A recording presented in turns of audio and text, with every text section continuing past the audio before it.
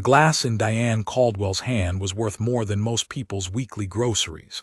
She held it the way she held everything, loosely, like she could drop at any moment, and someone else would clean it up.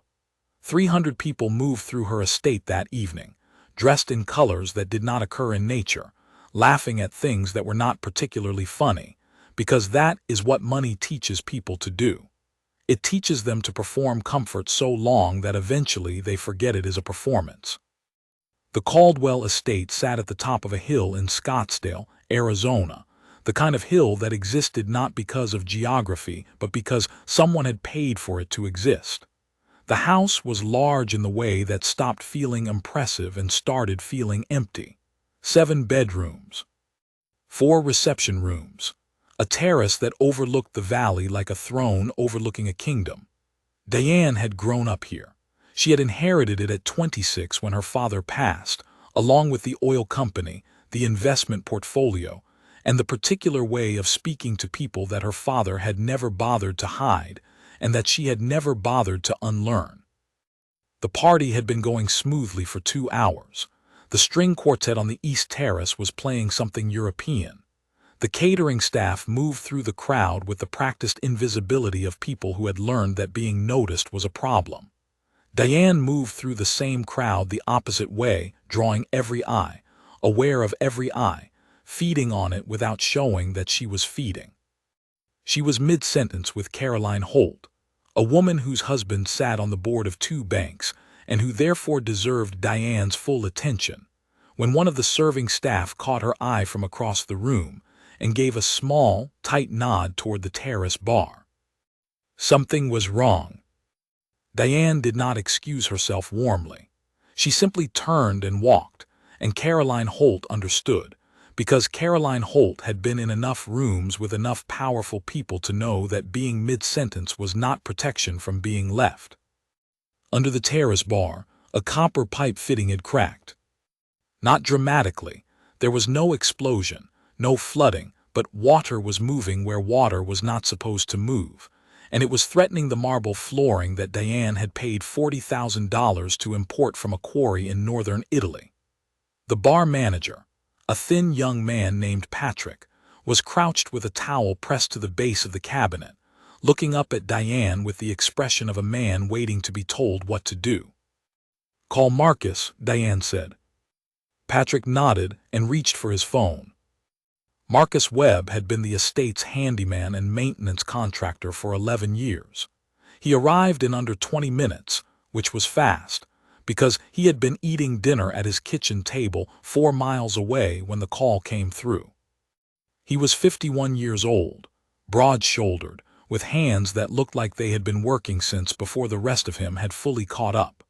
He drove a white pickup truck that had a dent above the rear left wheel that he had never bothered to fix because the truck still ran, and the dent did not affect that.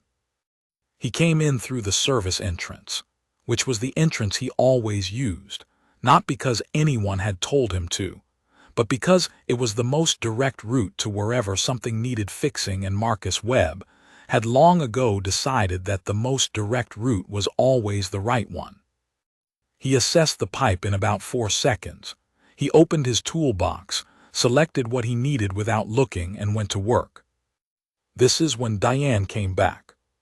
She had brought Caroline Holt with her, and Caroline had brought 2 other guests, a man named Jeffrey Warren who owned a chain of boutique hotels, and a woman named Priscilla Lowe whose family had been in Arizona real estate since before Arizona was much of anything. The 4 of them stood on the edge of the terrace watching Marcus work, and the dynamic of the scene assembled itself the way these things always do, through small signals, through the angle of someone's chin, through who laughed first. "He's been here 11 years, Diane said, to no one in particular but loud enough for everyone to hear, and I still have to call him on a Saturday night." There was a small sound of amusement from the group, not large, just enough. "At least he showed up," Jeffrey Warren said, grinning over the rim of his glass. "At least he's good for something," Diane replied. She said it lightly, the way people say things they want to land without looking like they meant them to land. She had been saying things this way her whole life, and it had never once cost her anything. Marcus did not look up. He did not change the speed at which he was working. He did not tighten his jaw visibly or pause his hands. He had heard worse. He had heard worse in rooms not unlike this one, from people not unlike Diane Caldwell, and he had learned a long time ago that a reaction was a gift he did not have to give. He tightened the fitting, checked the pressure, pressed a dry cloth along the base of the cabinet where the water had spread. Stood up. "It'll hold tonight," he said, directly to Patrick, not to Diane. "The fitting needs a proper replacement in the next week. I'll write it up and send it through Monday morning." Patrick nodded. "Thank you, Marcus." Diane said nothing. She had already turned back toward her guests. The problem resolved, Marcus Webb already filed back into the category of things that functioned correctly when needed. Jeffrey Warren made another small joke. The group laughed again. The string quartet on the East Terrace shifted into something slower and more romantic. Marcus closed his toolbox and walked back through the service entrance. He did not look at the guests as he passed, not because he was ashamed, not because he was angry, at least not in any way that had heat in it. He looked straight ahead because he was a man who had learned the value of looking where he was going. He had learned it at Georgia Tech, where he had been one of very few men who looked like him in his engineering cohort, and where looking at the wrong thing at the wrong moment had been expensive in ways that had nothing to do with money. He had learned it in the years after, building a business in a field that did not expect him, fixing problems for people who did not see him, and keeping his name off enough successful projects to fill a portfolio 3 times over. He walked to his truck. He sat in the driver's seat. He did not start the engine immediately.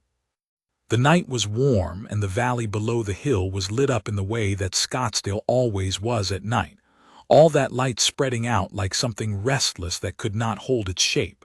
From up here it looked like wealth. From down in it, most people knew, it looked like a lot of ordinary things sitting close together. Marcus reached into the glove compartment and pulled out a manila folder that had been sitting there for 8 months. He had printed the documents inside it, reviewed them twice, and then decided not to send them. He had told himself the timing was not right. He had told himself there were better ways. He had told himself a number of things that all had the shape of patience but the weight of fear. He sat with the folder in his hands for a moment. Then he pulled out his phone and made a call. The phone rang twice before a man named Calvin Price answered. Calvin was Marcus's attorney and also his oldest friend, and he had been asking Marcus about that folder for 6 of the 8 months it had been sitting in the glove compartment. "I'm ready," Marcus said. There was a pause. Calvin knew what the call was about. He had been waiting for it. "What changed?" Calvin asked. Marcus looked up at the hill, at the lit windows of the Caldwell estate, at the glow of a party still going strong above him. "Nothing," Marcus said. "That's the point." He started the engine. He drove home. He ate the rest of his dinner cold and did not particularly mind. The folder sat on his kitchen table that night instead of the glove compartment. In the morning, his daughter Naomi called from her college campus 3 states away, and he told her about it, and she said, "Dad, it's about time," with the particular firmness of a 20-year-old who has watched her father be patient her entire life and decided that patience has a limit. He laughed at that. It was the kind of laugh that comes from somewhere deeper than the chest, the kind that surprises you when it comes out. Inside the folder was a business proposal for Webb Structural Solutions, a formal expansion plan that his accountant had been ready to execute for nearly a year. There were 6 new contracts outlined. 2 of them were large. One of them was the kind of contract that changed the shape of a business permanently. He had earned access to all of them through work he had done quietly, correctly, and without anyone putting his name in the right places, because no one had thought to. He was going to put his name in the right places himself. Monday morning he sent 2 emails, one to his accountant, one to Calvin Price. By Wednesday, the paperwork was moving. At the Caldwell estate on the hill, the party had long since ended. The catering staff had packed up. The string quartet had driven back to Phoenix.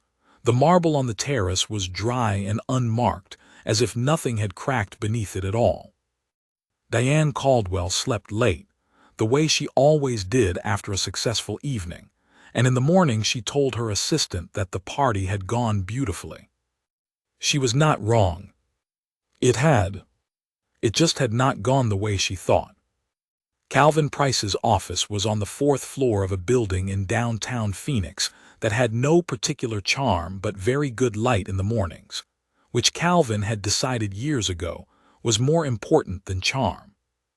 He was a man who valued what was actually useful over what looked useful, which was probably why he and Marcus Webb had been friends since they were 17 years old, and sitting next to each other in a high school chemistry class that neither of them was particularly good at, but both of them refused to fail. Calvin had spent 30 years in contract and business law. He was methodical in the way that a man becomes methodical when he has watched enough deals collapse because someone missed a single line in the wrong document. He did not take shortcuts.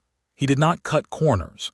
He also did not celebrate prematurely, which was why when Marcus walked into his office the Thursday after the party and laid the manila folder on the desk, Calvin did not say congratulations. He opened the folder, read the first 2 pages, and said, "Sit down." Marcus sat. "Tell me about the Hartley Group contract," Calvin said without looking up. The Hartley Group was a Phoenix-based property development company that had been quietly building relationships with Marcus for 3 years. Their director of infrastructure, a man named Owen Burke, had first met Marcus when he had been brought in as a last-minute structural consultant on a hotel renovation that another firm had mishandled. The original firm had put in load-bearing supports that were wrong, not dramatically wrong, not collapse-level wrong, but wrong in the way that becomes expensive and dangerous over time. Marcus had identified the problem in 40 minutes. He had drawn up a correction plan by the next morning. Owen Burke had watched all of this happen and had filed Marcus Webb's name in the part of his memory that he reserved for people who were better than their billing. Over the following 3 years, Marcus had done 3 smaller jobs for Hartley. Each one was done on time, under budget, and with a level of precision that Owen Burke had come to consider unusual. They had dinner twice.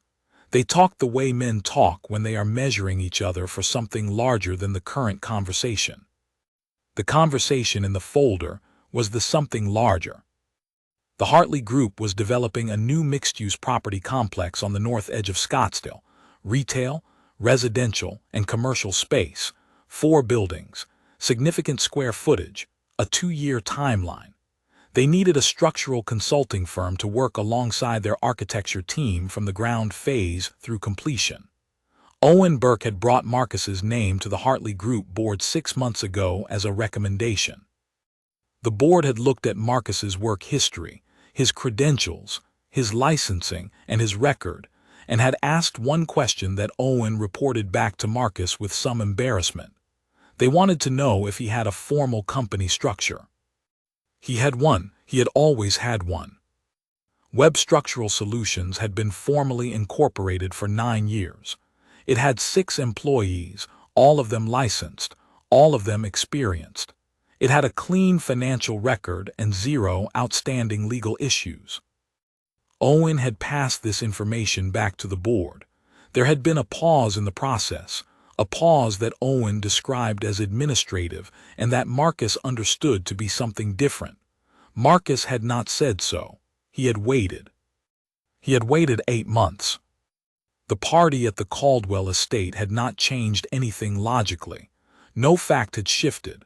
No door had opened or closed. But sitting in that truck at the bottom of that hill, folder in hand, phone against his ear, something in Marcus Webb had simply finished waiting. He did not have a more elegant explanation for it than that. He had told Calvin as much on the phone, and Calvin, who had known him for 34 years, had not asked for a more elegant explanation. "The Hartley contract is solid," Marcus said now, across the desk. "Owen has already indicated they're ready to move forward." "I know what Owen indicated," Calvin said. "I want to know what you want." Marcus looked at him. "I want the contract," he said. "I want to run it properly with my name on it, with my company's name on the work. I want it done right." Calvin nodded once, which was his version of enthusiasm. They spent the next 2 hours going through every page of the proposal. Calvin flagged 3 clauses that needed strengthening and 1 liability section that needed to be rewritten entirely. Marcus made notes in the margins in his precise, small handwriting, the handwriting of a man who had spent decades drafting things on paper before transferring them to software, because his hands thought better when they were moving. What Calvin did not know yet, and what Marcus had not told him on the phone, was that the Hartley contract was only one of the 2 large items in the folder. The second item was a certified copy of a structural assessment he had written 4 years earlier. It was a maintenance note, technically, not a formal report, not a document that would hold up in any legal proceeding as a definitive warning. But it had been written on a Caldwell estate letterhead form, signed by Marcus Webb, dated correctly, and it contained 4 sentences that described a concern about the foundational settling in the east wing of the property. The note had been submitted through the estate's standard maintenance log. Marcus had kept a copy because he kept copies of everything. He had been keeping copies of everything for 11 years because he was the kind of man who understood that paper remembered things that people chose to forget. He had not brought the second document to Calvin's attention, yet because he was not sure it was relevant. He had a feeling it was going to become relevant. He did not know how soon. In the 2 weeks following the Caldwell party, Marcus had driven past the estate twice on unrelated jobs. There was a property 2 streets over whose owner had called him about a drainage issue, and both times he had noticed something. The east wing of the Caldwell estate sat at a slightly different angle than the rest of the structure. It was subtle, the kind of thing most people would not see, and that most people who did see it would decide they were imagining. Marcus Webb did not imagine structural problems. He identified them. He had written the note 4 years ago. He had submitted it through the correct channels. No one had followed up. He said nothing to Calvin about it yet. He put the second document back in the folder. He finished the meeting, shook Calvin's hand, and drove to his next job, which was a kitchen remodel consultation in Tempe for a retired teacher named Grace Acaffer, who had saved for 3 years to redo her kitchen, and who treated Marcus with the kind of specific, genuine warmth that he had stopped expecting from clients, and that still caught him off guard every time it arrived. He spent an hour in Grace's kitchen measuring and discussing cabinet placement. She made him tea he did not ask for and gave him a slice of lemon cake that was one of the best things he had eaten in recent memory. She asked about Naomi. He told her about the college scholarship, about the way Naomi talked about her biology classes with the specific enthusiasm of someone who had found the thing they were meant to do. Grace listened with her full attention. She asked the right follow-up questions. He drove home feeling better than he had in weeks. What he did not know, because how would he, sitting in that kitchen with his tea and his lemon cake, was that 2 streets over from Grace Acaffer's house, a copy of a structural assessment ordered by Diane Caldwell's property management firm was being reviewed by a building inspector named Walter Cross. Walter Cross had been doing structural assessments in the Phoenix metro area for 22 years. He had a reputation for being thorough in the way that made contractors groan and property owners nervous, because thorough meant he caught things. He had been called in by the Caldwell Estates Management Company as part of a routine survey ahead of a planned interior renovation for the East Wing. He had been in the East Wing for 40 minutes when he stopped the renovation team from proceeding. Then he made a phone call. Then he wrote a report. The report used the word significant 4 times. In Walter Cross's vocabulary, significant was the word that meant stop everything.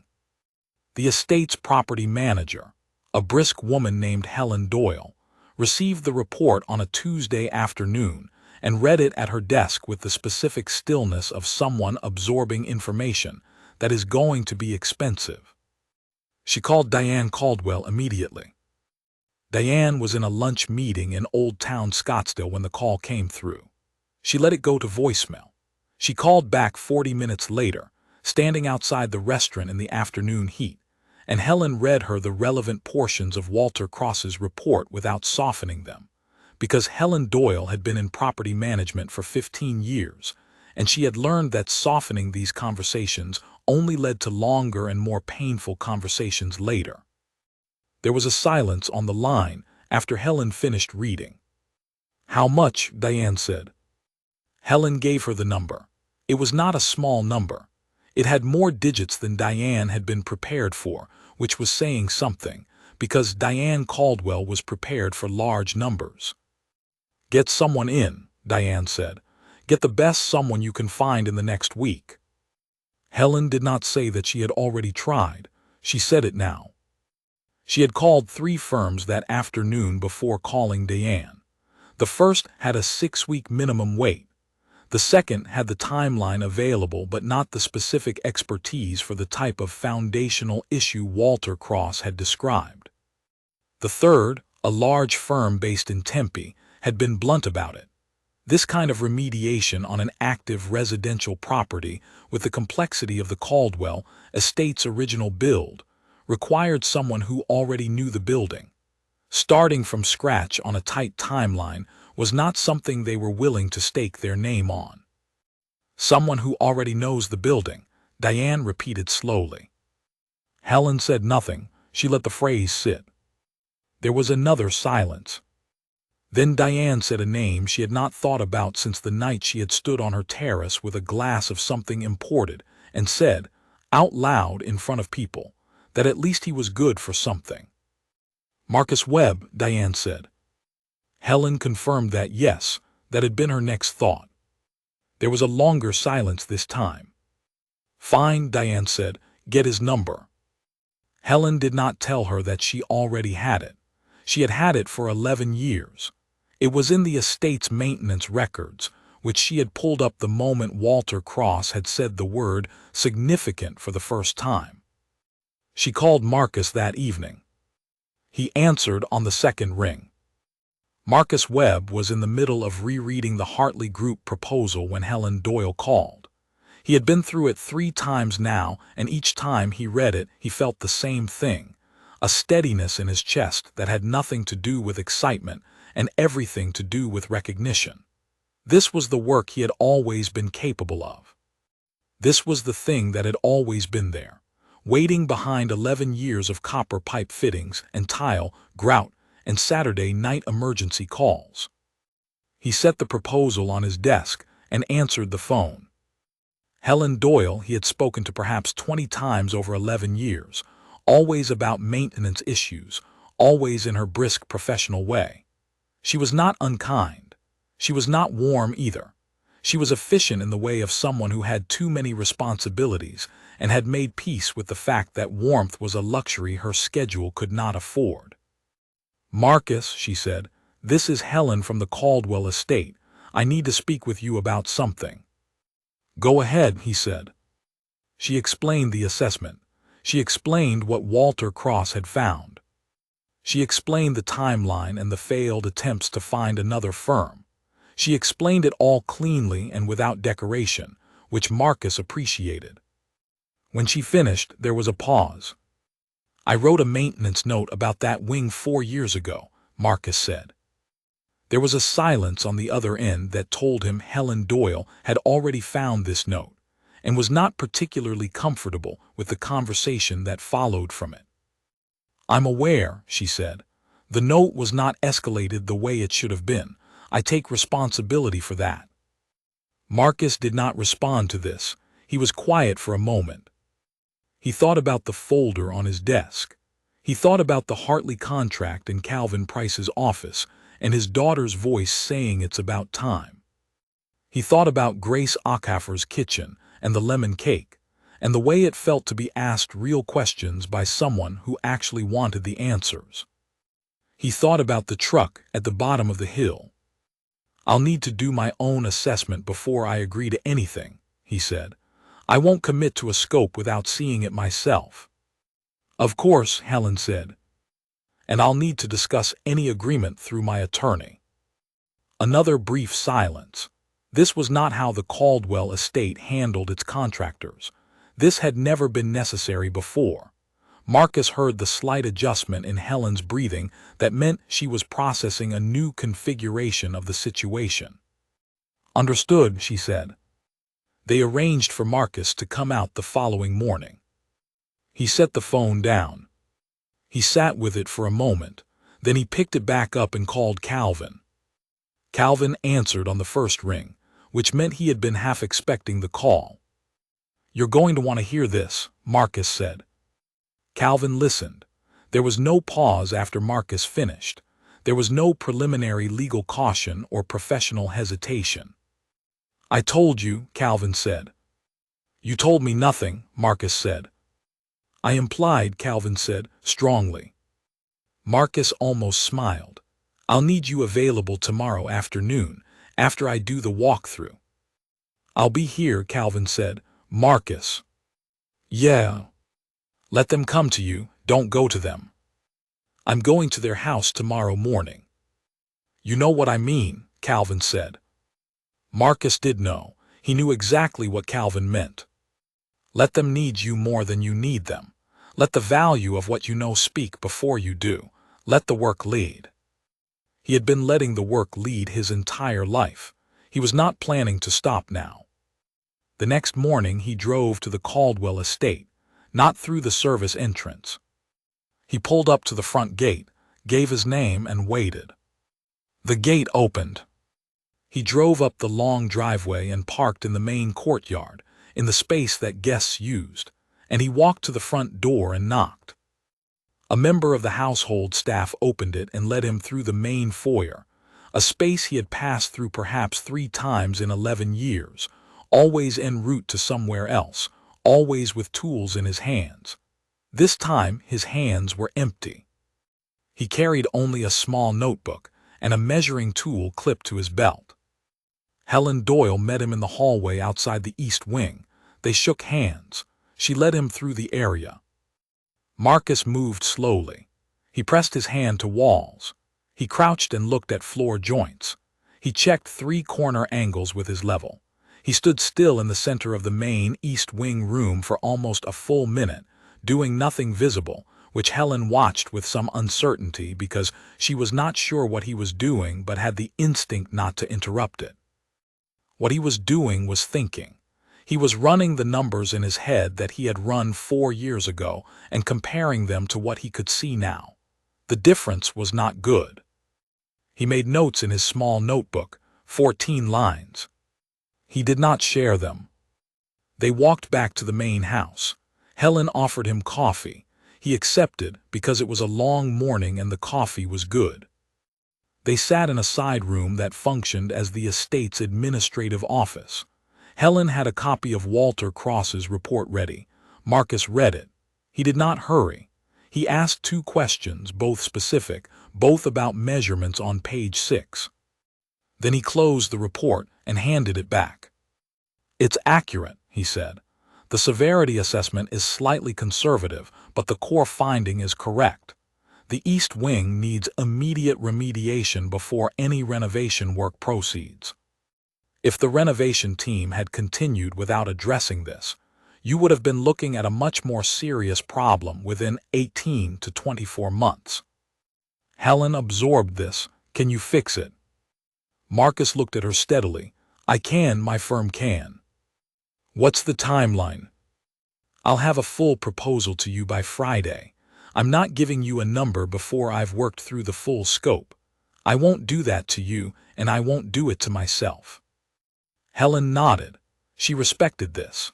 She had dealt with contractors who gave numbers in the room and then revised them upward once the paperwork was signed, and she had dealt with contractors who took 3 weeks to produce a proposal they should have turned around in 5 days. Marcus Webb was doing neither of these things. He was being accurate. In her experience, accurate was harder to find than fast or cheap. "Diane would like to speak with you," Helen said carefully. This was not a surprise to Marcus. He had expected it. He had also spent some time the previous evening deciding how he felt about it, which was not a simple calculation. He was not angry. He had made a decision some years ago not to carry anger for long because he had watched what long anger did to people, and he did not want that for himself. But he was also not indifferent. He was something more precise than either of those things. He was clear. He knew what this conversation was. He knew what had happened 3 weeks ago on that terrace. He knew that Diane Caldwell was not seeking this meeting because something in her had shifted. She was seeking it because a number in a structural report had made the meeting necessary. That was fine. Marcus Webb had built his entire professional life on being necessary. He knew exactly what necessary felt like and what it was worth. "I can meet with her," he said, briefly. "I'll have the formal proposal ready by Friday, and anything beyond that goes through my attorney." Helen nodded. She picked up the phone on the desk.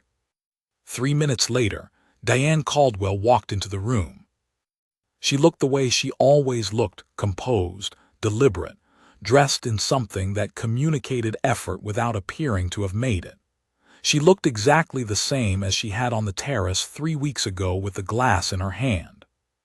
Except that she knocked on the open door before she came in. Marcus noticed that. He filed it. He stood when she entered, because he was that kind of man, and he shook her hand once when she offered it. "Marcus," she said. "Mrs. Caldwell." She sat across from him. Helen quietly left the room, which was a decision she had made before the meeting began. Diane looked at him. She had the posture of someone who had spent their life being the most important person in any room and who was, at this moment, sitting across from someone who genuinely did not care about that. "I understand you came in as soon as Helen called," she said. "I came in to do an assessment," Marcus said. "I wouldn't commit to anything without seeing it first." She nodded. There was a brief silence. "The note," she said. "The maintenance note from 4 years ago." "Yes," Marcus said. Another silence. Diane's hands on the table in front of her were very still. She was the kind of person who had learned to hold things still because stillness communicated control. Marcus watched the stillness and read it correctly. "It should have been handled," she said. Not quite an apology, not quite an admission, something that lived in the territory between the two. "It should have been," Marcus agreed. He did not add anything. He did not help her through the moment. He had not come here to help her feel better. He had come here to look at a building. Diane looked at him for a moment. Then she said, "I want you on this project." "I'll have a proposal to Helen by Friday," Marcus said. "If the terms work for both parties, we can discuss moving forward." "The terms will work," she said. It came out with more certainty than was appropriate for a conversation she had not yet seen the numbers for, and Marcus noted that too. The habit of assuming that her willingness to pay was enough to determine the shape of things. "I'll have the proposal to Helen by Friday," he said again, evenly. Diane looked at him for a moment longer than was comfortable. Then she nodded. He stood, she stood. They shook hands once more. He walked back through the main foyer, out the front door, and across the courtyard to his truck. He called Calvin before he had left the driveway. "It's what I thought," Marcus said. "Worse than the original note, but manageable. I'll have the scope worked out by tomorrow night. Then you and I go through the contract Thursday." "And the meeting with Caldwell?" Calvin asked. "It was fine," Marcus said. "That's all." "That's all it needs to be," Marcus said. He drove back toward the city. The valley opened up around him as he came down from the hill, all that flat expanse of desert and light. His phone buzzed. It was a text from Naomi. "How'd it go, Dad?" He typed back, "Fine, tell you tonight." 3 dots appeared. Then, "Dad, that means it went great and you just don't want to say so."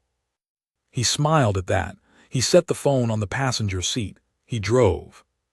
The proposal landed in Helen Doyle's inbox at 8:47 on Friday morning.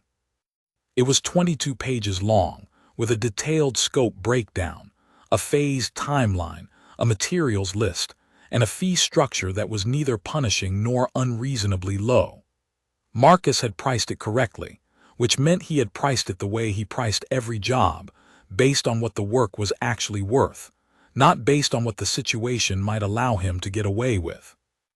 Calvin had reviewed every page. He had tightened the liability language and added 2 clauses that protected web structural solutions in the event of delays caused by third-party contractors or supply chain interruptions. These were standard protections. Any good contract attorney would have included them. Marcus had them because he had Calvin, and he had Calvin because 34 years ago a chemistry teacher had sat them next to each other, and they had both refused to fail. Helen read the proposal that morning. She forwarded it to Diane before noon. Diane sent it to her own attorney by 2 in the afternoon. By Friday evening, the attorney's only notes were on 2 minor scheduling clauses. The response came back to Calvin on Monday morning. The 2 clauses were adjusted to mutual agreement in under an hour. The contract was signed digitally by 3 in the afternoon. Marcus received the signed copy on his phone while he was in the middle of a site measurement in Tempe. He looked at it for a moment. He put his phone back in his pocket. He finished his measurement. He drove back to his office, and he sat at his desk, and he called Naomi. She picked up between classes, slightly out of breath, and he could hear the ambient sound of a university campus behind her, footsteps, distant voices, the hum of a building full of people who were becoming who they were going to be. "It's done," he said. There was a silence. Then Naomi said, "Tell me everything." He did. He told her about the party, the pipe fitting, the terrace. He had not told her about that part before. He told her about the truck at the bottom of the hill, the folder, the phone call to Calvin. He told her about the Hartley contract and the Caldwell East Wing and the meeting in the administrative office. Naomi listened to all of it. When he finished, she was quiet for a moment. "Dad," she said. "Yeah. Do you know what's actually good about all of this?" "Tell me," he said. "It's not that they needed you in the end," she said. "It's that you didn't need them to need you to get started. You were already moving. They just caught up." He sat with that for a moment. "You're pretty smart for a biology student," he said. "I got it from somewhere," she said. He could hear her smiling. They talked for another 10 minutes. She had an exam the following Wednesday that she was not worried about, which either meant she was well prepared or too confident, and knowing Naomi, it was both in equal measure. He told her he would call after the first week on site at the Caldwell job. She told him to eat a real dinner, and not just whatever he could find standing over the kitchen counter. He said he would. He probably wouldn't, but he would try. After they hung up, Marcus sat at his desk. The office was quiet. The late afternoon light came through the window at the angle that meant it would be gone in 20 minutes. His crew had all gone home for the day, 6 people, all of whom he had hired carefully, all of whom knew their work the way people know things they are genuinely committed to. On his desk beside the signed contract was the Hartley Group proposal, 2 large projects, running simultaneously if he managed the scheduling correctly, which he could. He had the people. He had the licenses. He had the track record, even if most of it was written in other people's files under other firms' names. That was going to change. He opened his laptop. He started drafting the announcement he would send to his professional network the following morning, a formal announcement that Web Structural Solutions was expanding its consulting services into full project oversight. Clean, professional. his name at the top of it. He wrote it carefully, every word. He was almost done when his phone buzzed. It was a message from Owen Burke at the Hartley Group. Saw the Caldwell job announcement through a mutual contact. Nice work. Looking forward to what you're going to do with our project. You've earned this. Marcus read it twice. He set the phone down. He finished the announcement. He read it once more. He pressed send. He turned off the desk lamp and sat in the quiet for a moment before he got up to leave. 11 years. 11 years of showing up through the service entrance, of being the answer to problems that no one wanted to acknowledge until the ceiling was coming down, of writing notes that went into files that no one opened. He did not regret those years. He had built something in them, not just skill and knowledge, which he had already had, but a record. An unbroken, verifiable, paper trail record of every problem he had identified, every fix he had made, every note he had submitted correctly and professionally. That record belonged to him. It had always belonged to him. No one else had put their name on it. He put on his jacket. He picked up the signed contract and filed it in his cabinet. He turned off the lights. He walked out the front door. The Monday Marcus Webb and his crew arrived at the Caldwell estate was not a quiet Monday. It was the kind of morning where Scottsdale was doing what Scottsdale did in late autumn: blue sky, dry air, and the specific quality of light that made everything look slightly more significant than it was. 3 vehicles pulled up through the main gate in a line. Marcus's white pickup, still with the dent above the rear left wheel, a panel van belonging to his crew, a smaller truck carrying equipment. They parked in the main courtyard, all 3 of them. Marcus stepped out of the truck and was met by Helen Doyle and Walter Cross, who had agreed to be present for the project kickoff as the original assessing inspector. There was a handshake and a brief exchange of logistics.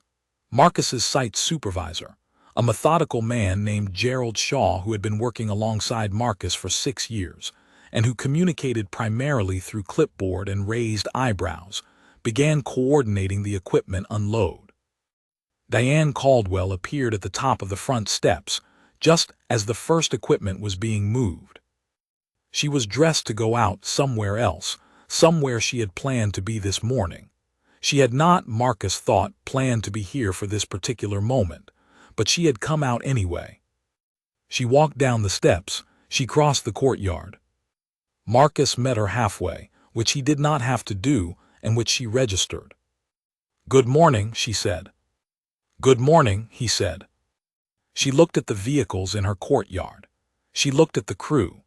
Gerald Shaw, clipboard in hand, was directing a junior crew member with the particular efficiency of someone who has learned that most instructions can be delivered in under 5 words. "How long do you think the first phase will take?" Diane asked. 10 days if everything goes as planned. Could be 12. I won't rush it. She nodded. She looked at him. "I want to say something," she said. He waited. She was not comfortable with this. He could see that clearly. Diane Caldwell was a woman who was comfortable in a very particular set of configurations, and this was not one of them. She was not built for it. She had not been trained for it. But she had decided, for whatever reason, to attempt it anyway, and Marcus was willing to stand here and let her try. "The night of the party," she began. She stopped, started again. "What I said was not acceptable. I am aware of that. I should have said so before now." Marcus looked at her steadily. He thought about the many things he could say. He thought about Calvin's voice on the phone, "Let them come to you." He thought about Naomi saying you were already moving. He thought about the lemon cake in Grace Ockhaffer's kitchen and the way it felt to be seen correctly by someone who had nothing to gain from it. "I appreciate you saying that," he said, quietly, without heat, without performance. He meant it. Not as grace he had been asked to give, but as a simple fact. He appreciated it. It was the right thing for her to do. It did not undo anything. It did not need to. Diane nodded once. She held herself very straight, which was what she did when she was feeling something she did not know how to hold. Then she said something Marcus had not expected. "My father talked to his staff the same way," she said. "I grew up thinking that was just how things worked. I know that is not an excuse. I wanted you to know I'm aware it's not." Marcus looked at her for a moment. He had been in this business long enough to know that people did not often give you the true version of their understanding. They gave you the polished version, the version that protected them. What Diane had just said was not the polished version. It was messy and incomplete, and probably only the beginning of a longer reckoning she had barely started, but it was real in a way that the polished version would not have been. He nodded. "Then we'll do good work here," he said. "That's what matters now." She looked at him. Something in her face shifted, not dramatically, not the kind of shift that becomes a story, just a small, quiet rearrangement. "Yes," she said, "it is." She went back up the steps. She got in her car. She drove out through the main gate. Gerald Shaw appeared at Marcus's shoulder. "Ready," Gerald said, which from Gerald was a full status report. "Let's start," Marcus said. The crew moved into the east wing. Tools came out. The work began. It was solid, precise, necessary work. The kind of work that held things up. The kind that most people never thought about until something started to fall, and then they thought about nothing else. Marcus Webb had been doing this work his whole life. He had done it in rooms where no one wrote his name down, and in rooms where no one looked up, and at the bottom of a hill in a truck at night with a folder in his hands, deciding that waiting had an end point. He walked into the east wing. He put his hand against the wall. He knew this building. He knew every weak point in it. He knew what it needed and how to give it. He had known for years. Now finally, he was in the right door. Not the service entrance. Not the back. The front door, which he had walked through that morning without breaking stride, without explanation, without waiting for anyone to tell him it was all right. It was all right. It had always been all right. The work proved it, the way the work always had and always would.